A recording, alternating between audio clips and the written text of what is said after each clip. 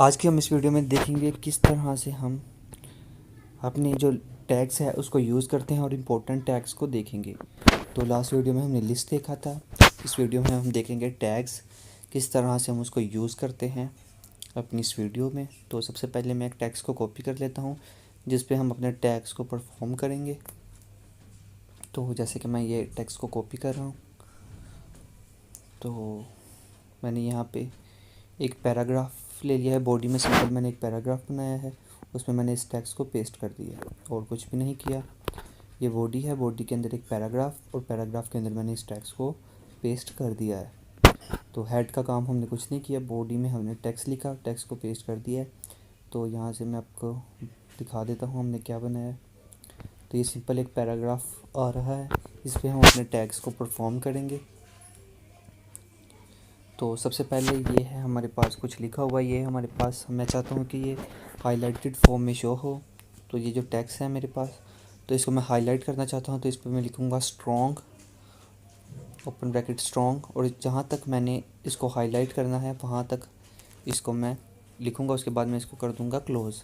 तो ये एक हमारे पास इम्पोर्टेंट टैग है स्ट्रॉन्ग का, किसी चीज़ को हाईलाइट करने के लिए पैराग्राफ में। तो ये देख सकते हैं आप, इसको मैं सेव करूँगा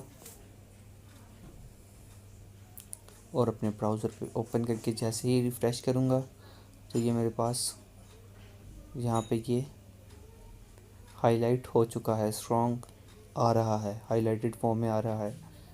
तो अब हम कुछ और टैग्स को परफॉर्म करके देखते हैं। तो अब मैं यहाँ पे अपने एंड पे जो है एक लाइन को शो करवाना चाहता हूँ, तो उसके लिए सिंपली हमने क्या करना है, लास्ट पे जहाँ पे भी एक लाइन शो करवानी है वहाँ पे लिख देना है HR। तो इसको रिफ़्रेश करेंगे तो ये देख सकते हैं आप, एक लाइन शो हो रही है, जिसका मतलब है कि हमारा टेक्स्ट यहाँ पे एंड हो चुका है। तो जहाँ पे भी आपने इस लाइन को यूज़ करना है, एंडिंग लाइन को, वहाँ पे आपने सिंपली HR लिख देना है, तो आपके पास ये लाइन एंड पे शो हो जाएगी। तो अब जैसे कि मैं चाहता हूँ यहाँ पे एक स्पेस छोड़ के मेरे पास आए या लाइन के एंड हो जाए, तो जहाँ पे भी किसी लाइन को आप एंड करना चाहते हैं तो वहाँ पे आपने सिंपली BR का टैग लगाना है। जैसे मैं ऑस्ट्रेलिया के आगे चाहता हूँ मेरी लाइन एंड हो जाए और नीचे वाला टैक्स नेक्स्ट लाइन पे शो हो, तो ये फर्स्ट लाइन पे ये ऑस्ट्रेलिया तक शो होगा, नेक्स्ट नीचे वाली लाइन इंस्टा IT तक, इंस्टा एंड तक, एंड नीचे स्ट्रॉन्ग तक हमारे पास टैक्स शो होगा। जहाँ जहाँ पे BR टैग यूज़ हुआ है वो वाला टैक्स उसी लाइन के तक क्लोज हो जाएगा। तो BR टैग हम इसलिए यूज़ करते हैं क्लोज़ करने के लिए, और BR टैग हम स्पेस के लिए भी यूज़ करते हैं। जैसे कि हम चाहते हैं हमारा फ्रंट से 3 to 4 लाइंस हट के टेक्स्ट जो हो, तो उसके लिए सिंपली BR लिखेंगे। तो अब आप देख सकते हैं कि ये थोड़ा सा नीचे आ जाएगा 2 लाइंस की स्पेस छोड़ के। तो BR को हम इसलिए यूज़ करते हैं स्पेसिंग के लिए और लाइन को एंड करने के लिए। बेसिकली हम लाइन को एंड करने के लिए ही BR टैग को यूज़ करते हैं। तो यहाँ पे हम एक और BR टैग लिख देते हैं, तो ये स्पेस डबल हो जाएगी। तो ये देख सकते हैं आप, लाइन एंड होने के बाद एक स्पेस और आ रही है। तो इस तरह से हम BR टैग को यूज़ करते हैं, HR टैग को यूज़ करते हैं और स्ट्रॉन्ग टैग को यूज़ करते हैं। तो अब हम कुछ और टैग्स को देख लेते हैं।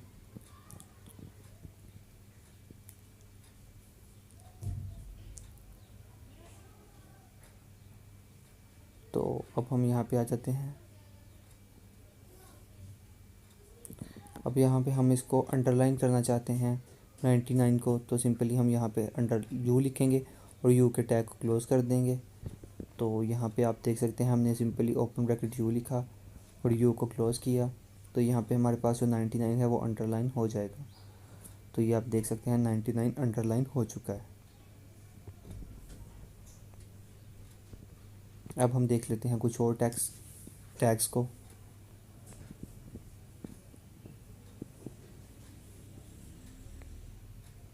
तो अब हम अपने Notepad++ को वापस ओपन कर लेते हैं कुछ और टैग्स को परफॉर्म करने के लिए।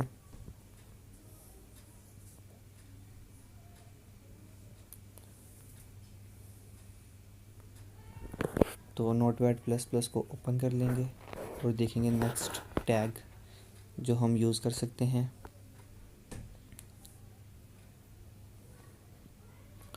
तो यहाँ पे मैंने इसको ओपन कर लिया है। यहाँ पे मैं अनलिमिटेड एक्सेस को मैं बोल्ड करना चाहता हूँ तो इसके लिए सिंपली हम बी लिखते हैं और बी को हम क्लोज़ कर देंगे, जैसे हम टैग को क्लोज़ करते हैं।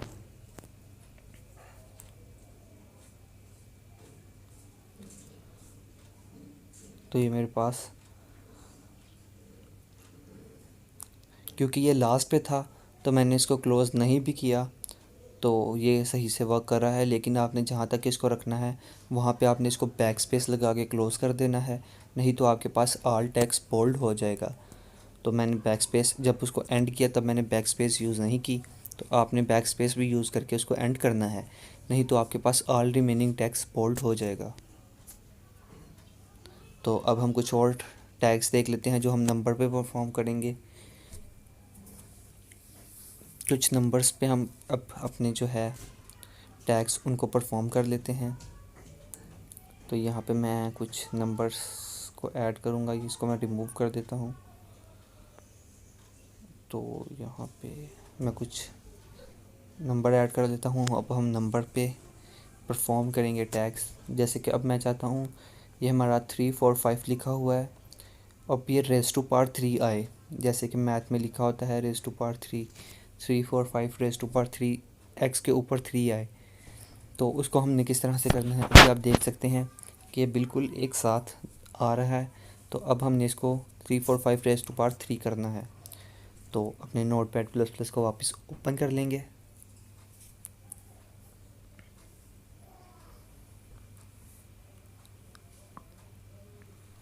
अब जिस भी टेक्स्ट को, जैसे कि मैंने 3 को ऊपर करना है तो 3 के आगे हमने ये परफॉर्म करना है, जैसे कि 3 4 5 एक्स। अब हम चाहते हैं जो एक्स के आगे वाली वैल्यू है वो एक्स के ऊपर शो हो, तो एक्स के ऊपर वाली वैल्यू के ही आगे हमने ये लिखना है। तो सबसे पहले हम लिख लेंगे ओपन ब्रैकेट,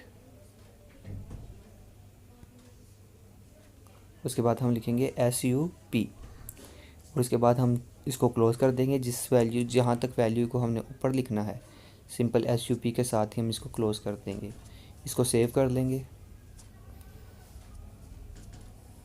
जिस वैल्यू को आपने ऊपर लिखना था उसको आपने SUP के अंदर लिख लिया है, टैग्स के अंदर।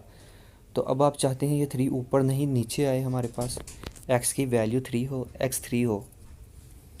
तो उसको हम किस तरह से करते हैं, SUP की जगह आपने सिंपल B लिख देना है, SUB।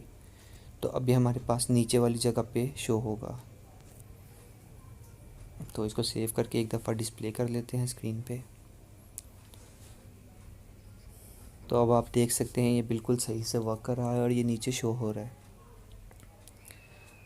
तो ये यहाँ तक बिल्कुल सही से हमारा वर्क कर रहा है। और वेबसाइट को कस्टम डिज़ाइन करने के लिए किस तरह से हम इसको यूज़ करते हैं, किस तरह से हम अच्छी वेबसाइट को डिज़ाइन करते हैं, देखने के लिए हमारी वीडियोज़ को देखते रहें।